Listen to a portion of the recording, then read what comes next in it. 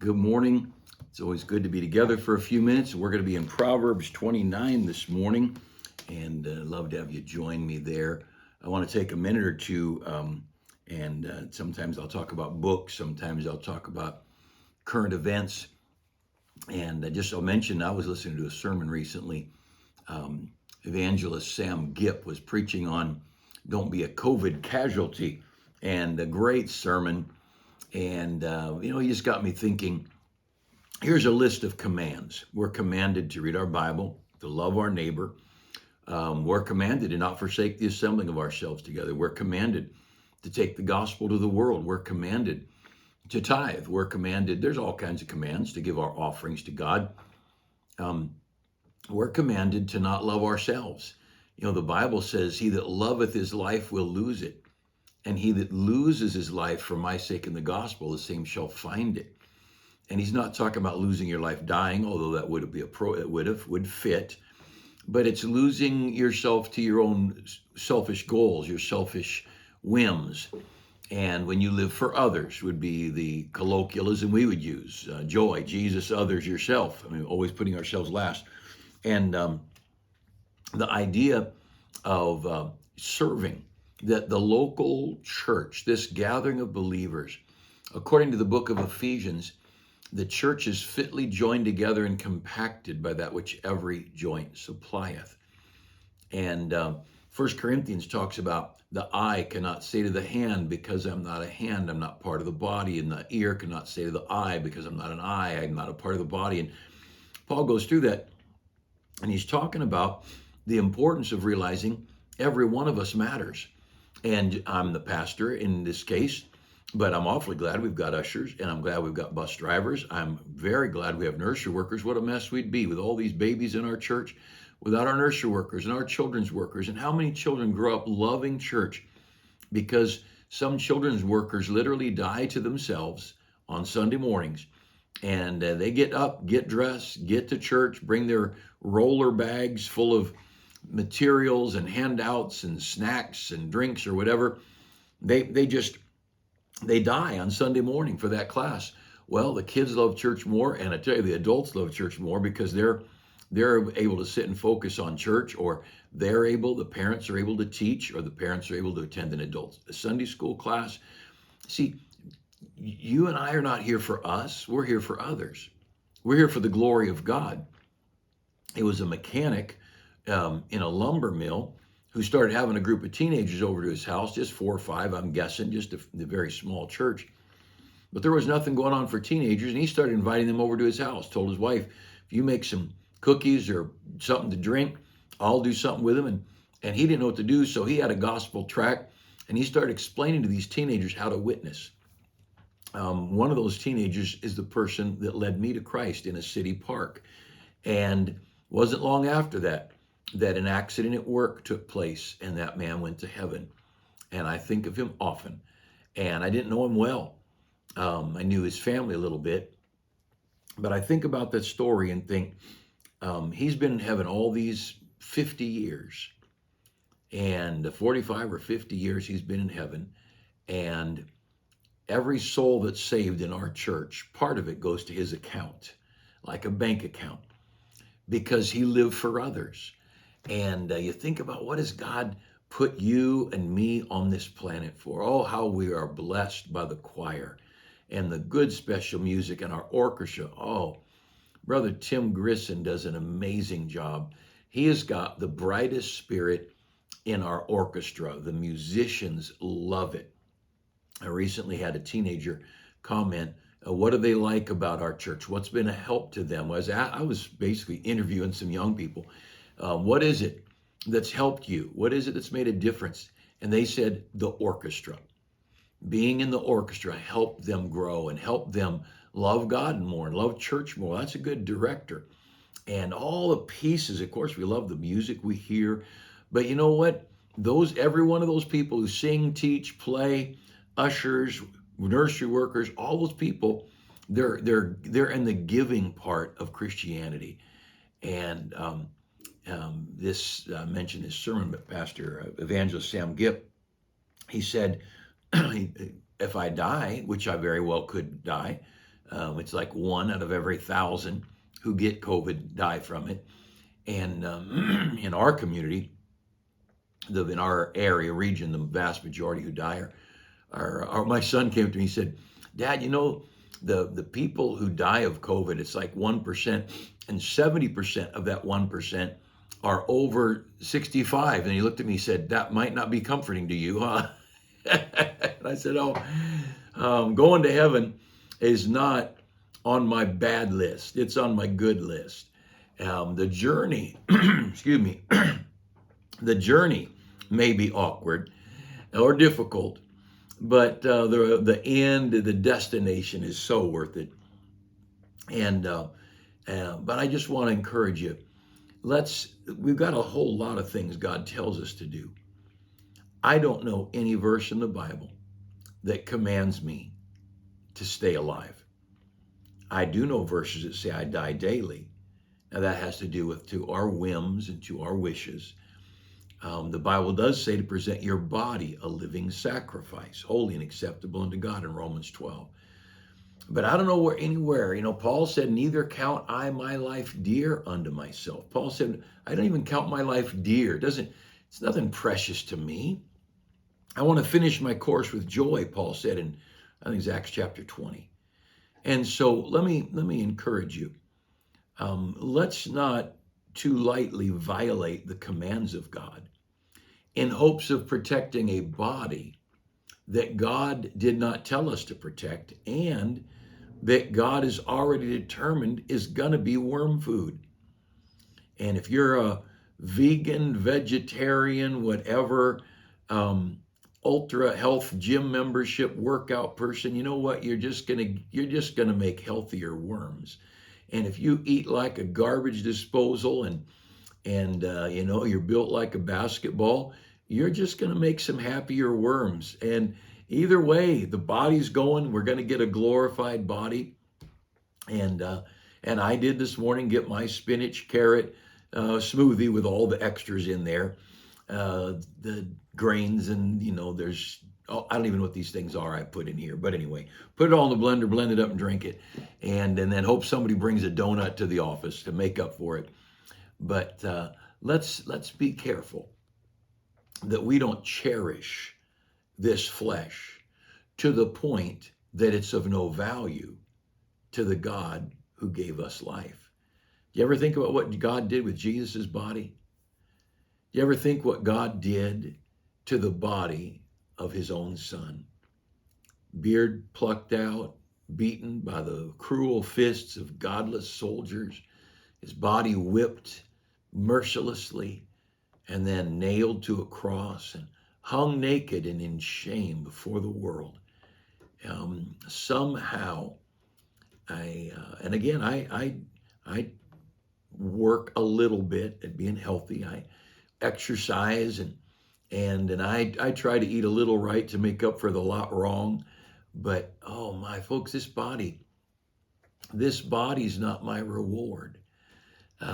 He that loveth his life shall lose it. Now, get off of that. but if you want to hear a great sermon, you can go to YouTube and find Sam Gipp and look, don't be a COVID casualty. Sam, he'll be here in October at our church. You'll enjoy Sam Gipp. But I want you to notice Proverbs. I want to talk politics for a minute.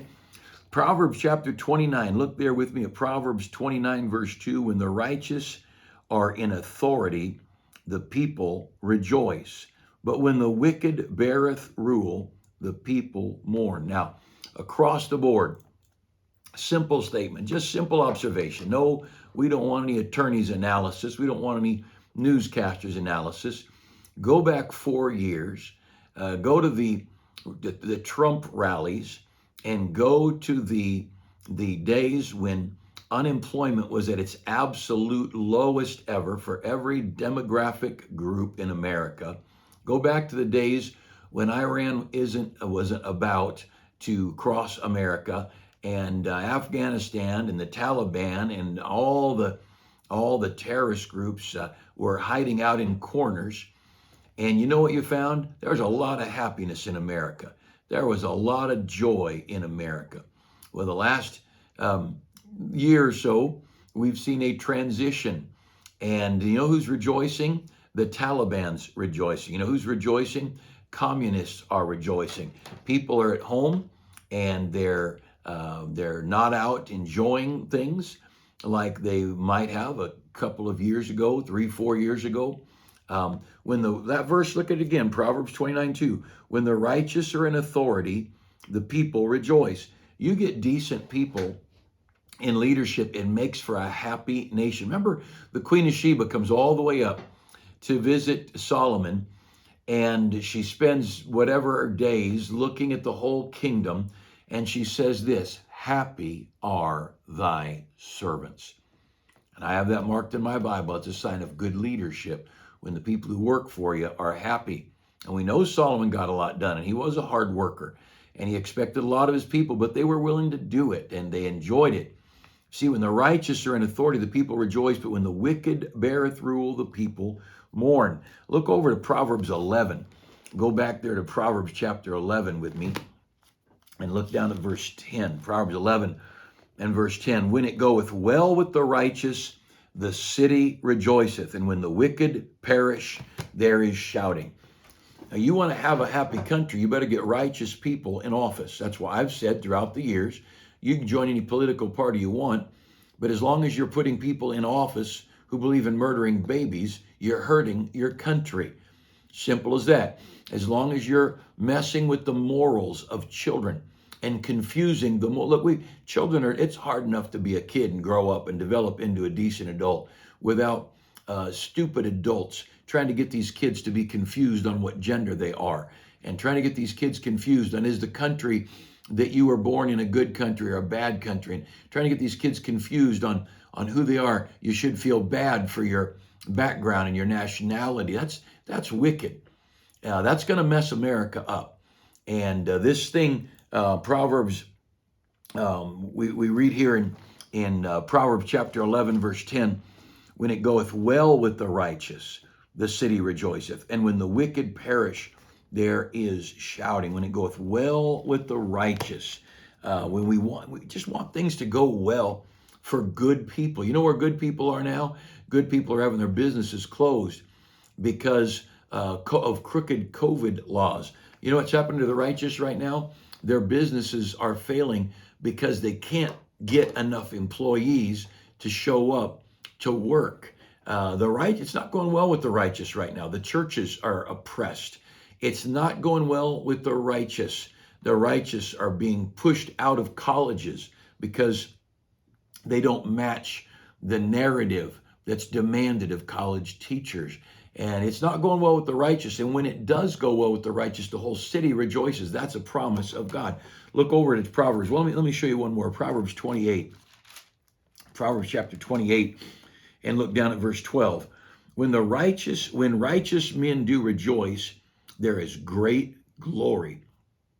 But when the wicked rise, a man is hidden. And there again, you see the scenario of righteous leaders versus wicked leaders. When wicked leaders rise, the good people go into hiding to protect themselves. They don't want to get caught. They don't want to be turned in.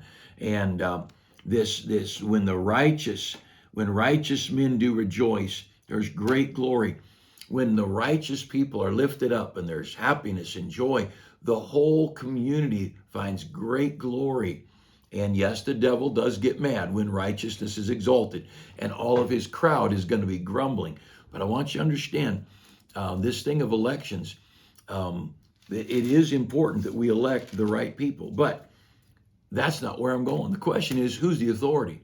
Who's the authority? Let's go back over to where we started, and let's look at this simple statement in Proverbs 29, verse 2. When the righteous are in authority, the people rejoice. When the righteous are in authority, the people rejoice. You know, so what's a Christian supposed to do when corrupt people are when you're under Hitler's reign or Saddam Hussein's reign or Castro? What's a Christian supposed to do with these wicked people in authority? You know what you do? You get a higher authority. That's what you do. You want to know how to get rejoicing? You keep God on the throne. You want to know how to keep rejoicing? You keep Jesus as the center of your life. And we've got a mayor, and I will be respectful of our mayor, even though they are typical politicians. And I'll be respectful of our governor in California, though he's as confused as a termite in a yo-yo. I will be respectful of our president and pray for our president because God commands me to, not because I like him. These people are in authority, but you know what? That verse there says, when the righteous are in authority, the people rejoice. When you got bad authorities down here, put Jesus on the throne and make him the ultimate authority in your life, and you'll find rejoicing in your heart. That's why the disciples, when they got beat for preaching, on their way home were able to rejoice because Jesus was on the throne. They were able to have joy in their heart when they had been jailed, but they had joy because they kept God as the authority, the ultimate authority. No governor could do anything to me but what God allowed it. And when Pilate said to Jesus, "Don't you know?" or Herod, he said, "Don't you know I've got the power to crucify thee or to set you free?" And Jesus said, "Oh, you got no power, but what was given to you from above." You know why Jesus wasn't intimidated by these earthly authorities? Because he knew his Father was the authority. Now, if we'll keep God on the throne, and we'll remember no one can hurt me without God's permission, that God is in charge. I remember a story, a guy got mugged. Little guy got grabbed in an alley, drugged down an alley, beat up and robbed. And the guy or two guys, whatever it was, going away. And I don't know this story true or I don't know what it was, but it came to me. He hollers at him and stops and says, "Wait, you forgot something." He's pulling his watch off to give the guy. And the guy says, "What's wrong with you?" And he said, "Well, you can't touch me unless your father gets permission from my father." And long story short, he was able to say, "You're of your father, the devil, and I serve the King of Kings. And your father, the devil, has to get permission from my father for you to touch me. So I'm not worried about it." Now, however all the details of that event took place, this is the one thing you can rest in. Keep God on the throne. Keep God on the throne, and everything's all right. And we're in a messed up world, and there's some pressure going on. And our government is being a super spreader by bringing in tens of thousands of unvaccinated immigrants and scattering them through the country. Of course, the government is intentionally bringing in COVID positive, and by the way, not just COVID, typhoid, diphtheria, and a ton of other diseases from these other countries that they may be able to handle with their immune system, but we can't. And I've talked to people in immigration, and they've talked about the diseases that come across the border that we're not immune to, and our government is being a super spreader. Well, man, that's a devil. That's an evil thing. But it said, "Does it bother you?" "Oh no, my father's in charge. My father's in charge of all the immigration. My father's in charge of those bozos in Washington, D.C. My father's in charge of these confused idiots in Sacramento. My father," he may not even pay attention, but he is in charge, if he wants to be, of the confused people in the Wildomar City Council. God's on the throne. And let's not fear, and let's not walk in panic. God's in charge of that dumb Dr. Fauci, and God is in charge of that policeman that gave you a ticket this week. And God's in charge, God's in charge, God's in charge, and we can trust him. Man, I love being saved, don't you? Isn't it great to be a child of the King? Now let's keep God on the throne, because when the righteous are in authority, the people rejoice. Hope you have a great day.